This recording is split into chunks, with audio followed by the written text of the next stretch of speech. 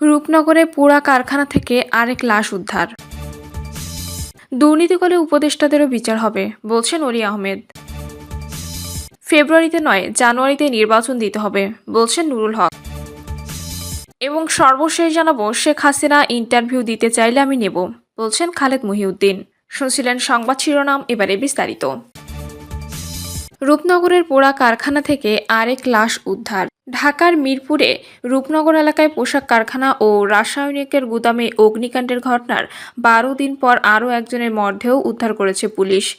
বিকালে পোড়া কারখানা থেকে লাশটি উদ্ধার করার কথা জানিয়ে ঢাকা মহানগর পুলিশের মিরপুর বিভাগের উপকমিশনার মোহাম্মদ মাকসুদুর রহমান বলেন, লাশটি একদিকে পোড়া, অন্যদিকে গলে গেছে, তবে চুল দেখে ধারণা করা হচ্ছে এটা নারীর মরদেহ। ওই অগ্নিকাণ্ডের ঘটনায় এ নিয়ে মোট 17 জনের লাশ উদ্ধার হলো জানিয়ে পুলিশ কর্মকর্তা বলেন, একজন নারীর নিখোঁজ থাকার তথ্য মৌখিকভাবে পাওয়া গেছে। এটি সেই নারীর লাশ কিনা ডিএনএ নমুনার মাধ্যমে পরীক্ষা করে তা জানা যাবে। গত 14 অক্টোবর ঢাকার মিরপুরের রূপনগর এলাকায় একটি রাসায়নিকের গুদাম এবং পাশে পোশাক কারখানায় আগুন লাগে। সেদিনই পোশাক কারখানার দ্বিতীয় ও তৃতীয় তলা থেকে 16 জনের লাশ উদ্ধার করা হয়। মাকসুদুর রহমান বলেন, পরিস্থিতির কারণে সেখানে এতদিন ঢোকা সম্ভব হয়নি। যেখান থেকে আগে মরদেহগুলো উদ্ধার করা হয়েছে, সেখান থেকে সর্বশেষ মৃতদেহটি উদ্ধার করা হয়। রূপনগর থানার ওসি মোর্শেদ আলম গণমাধ্যমকে বলেন, নিহত 16 জনের মধ্যে 10 জনকে স্বজনরা দেখেই শনাক্ত করেন। তারপরও সবার ডিএনএ নমুনা নেওয়া হয়। গত 19 অক্টোবর পরিবারের কাছে লাশ হস্তান্তর করা হয়। দুর্নীতি করলে উপদেষ্টাদেরও বিচার হবে, বলছেন অলি আহমদ। অন্তর্বর্তী সরকারের বেশ কয়েকজন উপদেষ্টার সমালোচনা করে লিবারেল ডেমোক্রেটিক পার্টির এলডিপির সভাপতি কর্নেল অলি আহমেদ বলেন, এখন অনেক উপদেষ্টা দুর্নীতির সঙ্গে জড়িত হয়েছেন। এটা বিএনপি থেকে বলেছে, তাদের কাছে খতিয়ান আছে। সম্প্রতি বিএনপি, জামায়াতের ইসলামী, জাতীয় নাগরিক পার্টি উপদেষ্টা পরিষদের কোনো সদস্যের বিরুদ্ধে নির্দিষ্ট রাজনৈতিক দলের প্রতি পক্ষপাতের অভিযোগ তুলেছে। তবে সরকারের কোন উপদেষ্টার বিষয়ে আপত্তি আছে তা কোনো রাজনৈতিক দলই প্রকাশ করেনি। তবে এতে অস্বস্তিতে পড়েছেন উপদেষ্টাদের কেউ কেউ। এবার অলি আহমেদ বলেন, উপদেষ্টারা যদি মনে করেন তারা বিচারের ঊর্ধ্বে, তা ভুল, তাদেরও বিচার হবে। অন্তর্বর্তী সরকার এনজিওদের নিয়ে গঠিত উল্লেখ করে অলি আহমেদ বলেন, যাদের সরকার পরিচালনা করার ন্যূনতম কোনো যোগ্যতা নেই। লিবারেল ডেমোক্রেটিক পার্টির 20তম প্রতিষ্ঠাবার্ষিকী উপলক্ষে আয়োজিত আলোচনা সভায় একথা বলেন অলি আহমদ। দেশের রাজনীতিবিদের দুর্নীতি এবং দূরদর্শিতার অভাবে আওয়ামী লীগ সরকার গঠন করে উল্লেখ করে অলি আহমদ বলেন, হাসিনা এর সাহায্যে, ভারত সরকারের সাহায্যে সরকার গঠন করে।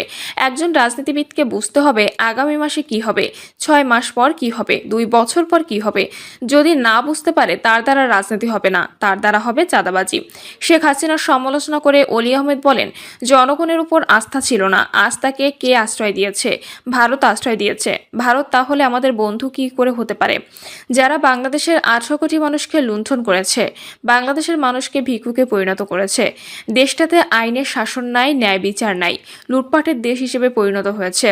বাংলাদেশ থেকে পালিয়ে ভারতের পশ্চিমবঙ্গে আশ্রয় নেওয়া রাজনীতিবিদদের বের করে নিতে সেখানকার মুখ্যমন্ত্রী মমতা বন্দ্যোপাধ্যায়কে অনুরোধ জানান অলি আহমদ।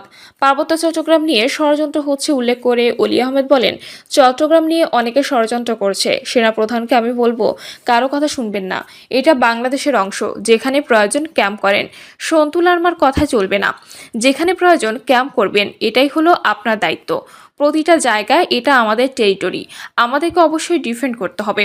বাংলাদেশকে অশান্ত করার জন্য বিশ্বের বিভিন্ন দেশ থেকে টাকা আসছে বলেও দাবি করেন অলি আহমেদ। সরকারের অদক্ষতার কারণে একটা গোষ্ঠী কিছুদিন পরপর রাস্তায় আটকে আন্দোলন করে উল্লেখ করে অলি আহমেদ বলেন, আওয়ামী লীগের ব্যবসায়ীরা, আওয়ামী লীগের বড় বড় নেতারা, তারা টাকা লুণ্ঠন করেছে।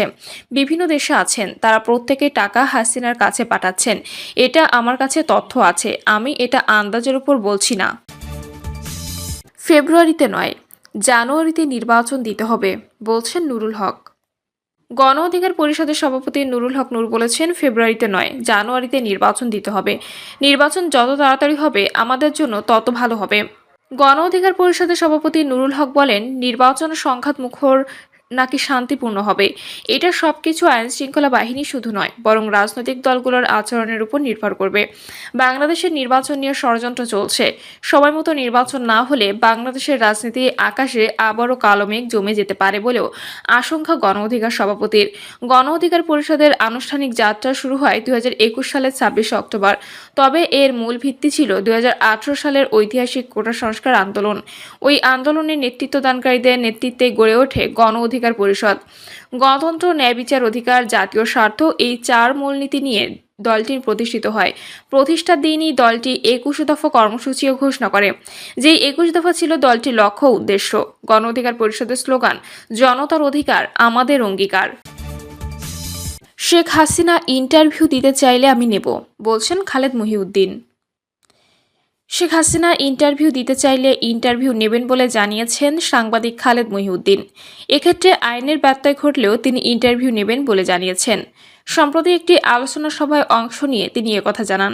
খালেদ মহিউদ্দিন বলেন, আমি আসলে একটা জিনিস আবিষ্কার করলাম যে আইনের মধ্যে একটা জায়গা আছে। আমি আগেই বলি, আমি কোনোদিন কোনো বেআইনি কাজ করতে চাই না। আইনের জায়গাটা হলো যখন কোনো ভিকটিম মনে করবেন যে টেলিভিশনে বা সংবাদ মাধ্যমে উপস্থাপিত প্রদর্শিত কোনো ঘটনা দ্বারা আমার ইতিপূর্বে পাওয়া ট্রমা বাড়তে পারে, তাহলে এটা বেআইনি হবে। এটা বাংলাদেশের আইনেও বেআইনি, আমেরিকার আইনেও বেআইনি।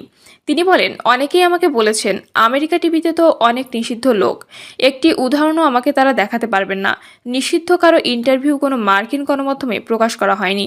তিনি আরও বলেন, এখন যদি আমাকে সাবেক প্রধানমন্ত্রী ইন্টারভিউ দিতে চান, এটা যদি আইনে কভার নাও করে, তাহলেও তার ইন্টারভিউ নেব। শুধু কয়েকটি সিট পাওয়ার জন্য এনসিপি কোনো জোট করবে না, বলছেন সার্জিস আলম। সার্জিস আলম বলেন, এনসিপি শুধু কয়েকটি আসনের সামনে রেখে সংসদে যাওয়ার জন্য জোট করার কোনো চিন্তা করছে না। এনসিপি মনে করে কোনো রাজনৈতিক দল যদি তাদের জায়গা থেকে জুলাই সনদের প্রতিটা সংস্কার বাস্তবায়নের প্রতি কমিটমেন্ট থাকে, বিচারিক প্রক্রিয়ার ধারাবাহিকতাকে এগিয়ে নেওয়ার প্রতি কমিটমেন্ট থাকে, ভারতীয় আধিপত্যবাদের বিরুদ্ধে কমিটমেন্ট থাকার পাশাপাশি আওয়ামী লীগ, জাতীয় পার্টি সহ ফ্যাসিস্টদের দোসরদের বিরুদ্ধে লড়াইয়ের জন্য কমিটেড থাকে, তাহলে এর ভিত্তিতে আগামী নির্বাচনে তাদের সাথে জোট হতে পারে। কিন্তু জনগণের আকাঙ্ক্ষাকে এক পাশে রেখে শুধু সিট পাওয়ার জন্য কোনো রকম জোট এনসিপি করবে না।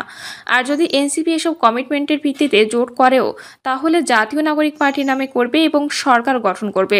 জুলাই সনদের স্বাক্ষরের বিষয়ে সার্জিস আলম বলেন, অন্যান্য রাজনৈতিক দল যখন জুলাই সনদের প্রশ্নে নিশ্চয়তার যে প্রয়োজন ছিল, সেই নিশ্চয়তা কিভাবে হবে, কবে হবে নিশ্চিত না হয়ে শুধু নির্বাচনমুখী আচরণ করে জুলাই সনদের স্বাক্ষর করলো, তখন এনসিপি তাদের জায়গা থেকে মেরুদণ্ড সোজা করে সেই নিশ্চয়তা চেয়েছে এবং জুলাই সনদে স্বাক্ষর করেছি।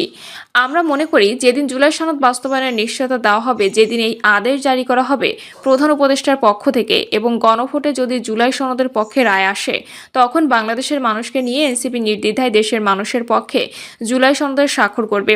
তার পূর্বে কোনো নিশ্চয়তা ছাড়া শুধু একটা কাগজে এনসিপি স্বাক্ষর করে বাংলাদেশের মানুষের সাথে প্রতারণা করতে পারে না।